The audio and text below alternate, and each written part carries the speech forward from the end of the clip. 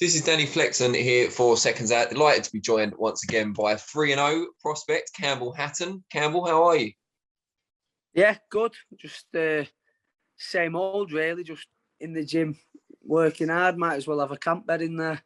Well, don't give Matthew any ideas. We found out, obviously, earlier this week that you're going to be on the Anthony Joshua, Oleksandr Usyk undercard. You've been on some big shows already, but now the pandemic's starting to become less of have less of an impact on boxing. We're now in big stadia again, and this is at Tottenham Hotspur Stadium. How excited are you to be part of such a huge event? Yeah, dead excited. It's like you see, like the new stadium. You can see it's all top of the range, and like it's probably the smartest stadium in the country, which don't like saying, but like it's the truth. So it's really, really excited, and I hope I can put a better performance in than City did there. Yeah, well, I'm sure you will. Your opponent, I had a quick look at him online. There's not loads on there, but he's pretty durable generally, but he's coming off a first round knockout defeat in his last fight. Is this a great opportunity for you to perhaps score a stoppage? Obviously, you haven't lost a round so far as a pro, but this could be an inside the distance win, perhaps. Yeah, I think so. Like with the 4-rounders, I think I start well generally and I have a lot of success, and I think that's been the thing that stops me getting the stoppages. I think it's been like a mindset thing. Like I know that we're not worried about like people saying like he's not always not got power or anything like this, because we know the power's there. Like the people have sparred will tell me that, and obviously Matt's taking me on the pads. He's telling me that like the power's there, but I sort of think like I do the first 2 rounds at a good start, and then like you sort of get the mindset, oh, I'm running out of time, so then you start forcing things, and I think that's what stops me getting them. Really, I think if I finished the fight I was starting them, like in every fight, I think I'd have probably stopped most of them. But this time it's 6-rounder, and I think it will take that mindset away from me a bit, where I know I don't have to rush things, because like after 2 rounds there's still another 4 to go, so yeah, I won't really be forcing things as much, and I know I can just chip away at them a bit more. A lot's been made of you being on these big shows, and also your position on the shows. You're usually shown relatively prime time or close to. How do you feel about that in terms of the pressure aspect of it?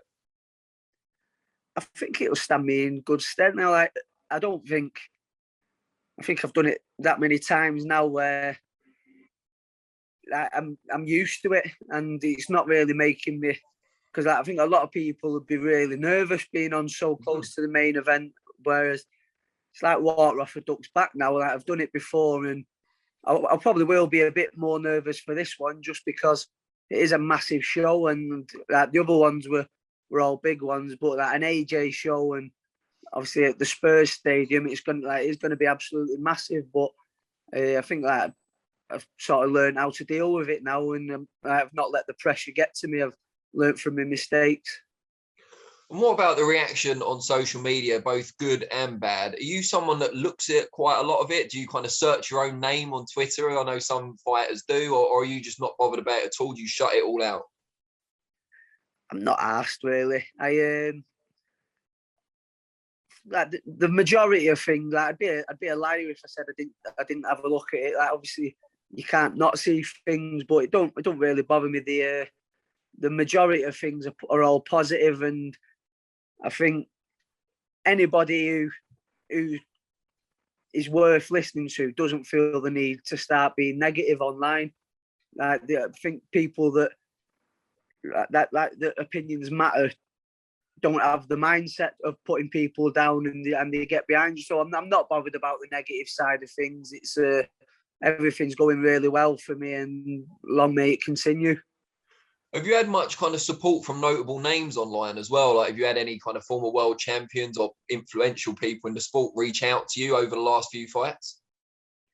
Yeah, I get loads of big names, and people who, me and Matt, we're always around gyms sparring, and every time we'd go somewhere and like there'll be big names in there, and I'll be getting loads of advice and support of people, and like that I do get a little buzz off things like that, because I'm a big boxing fan as well as a fighter myself. So like going through the comments, and like when I'm seeing people who I look up to getting behind me, it does pick me up and makes things easier.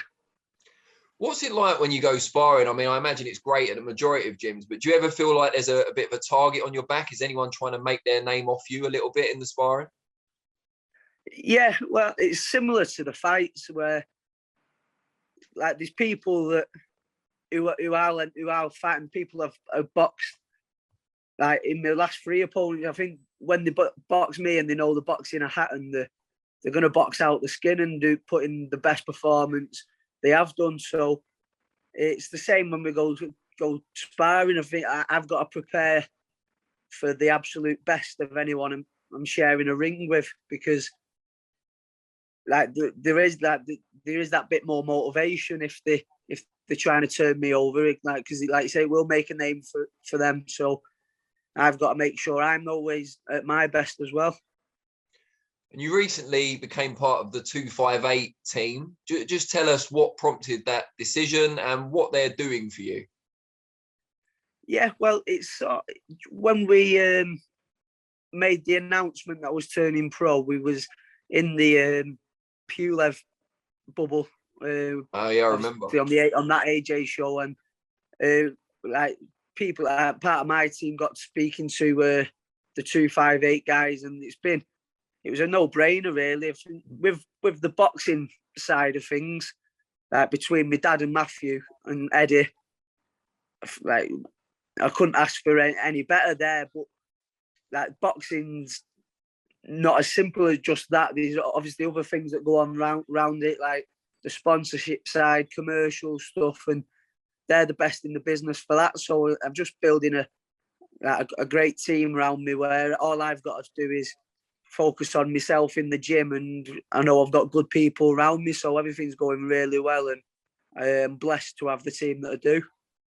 And obviously AJ is head of the 258 tree, if you like. How hands-on is he? Because obviously he's got his own career to worry about, but have you spoken to him much since you signed with them? Yeah, obviously I'm not pecking his head mithering him, but he's always been there giving me advice. We're all the 258 fighters are in a group chat where I'm getting support of all of them, not just Anthony. So that's good. And I've seen whenever I've done little trips down to London. I trained at Finchley earlier this year when he was in there, and he was giving me little tips then. So you can't ask for much better than that, really. What's the best piece of advice he's given you so far? So it's the same as what you'll hear from everyone, really, and it's just like working hard and not cutting corners. But he's always putting like really in that chat. He'll put like really specific things in, like little videos like to watch and stuff, and that's good. And little different things. So like he's been there and done it, and so it's like I say, I've got a great team around me. All I've got to do is listen and work. Who's the funniest in the group chat, aside from yourself, obviously? I'm not going to say I'm a bit of a watcher, me. In case I'm in a few WhatsApp chats, and you've got to wait up, haven't you, before you start putting stuff in. Yeah. So yeah. Lawrence is funny. Coley's funny. Like, he makes me laugh. AJ, everyone has a good sense of humour in there. That's good stuff. All right. Well, before we let you go, we've done this before, but just to remind people, how can they find you on the different social media platforms so they can get on board before the next fight? Yes, I think it's the same across all my platforms, just at Campbell Hatton.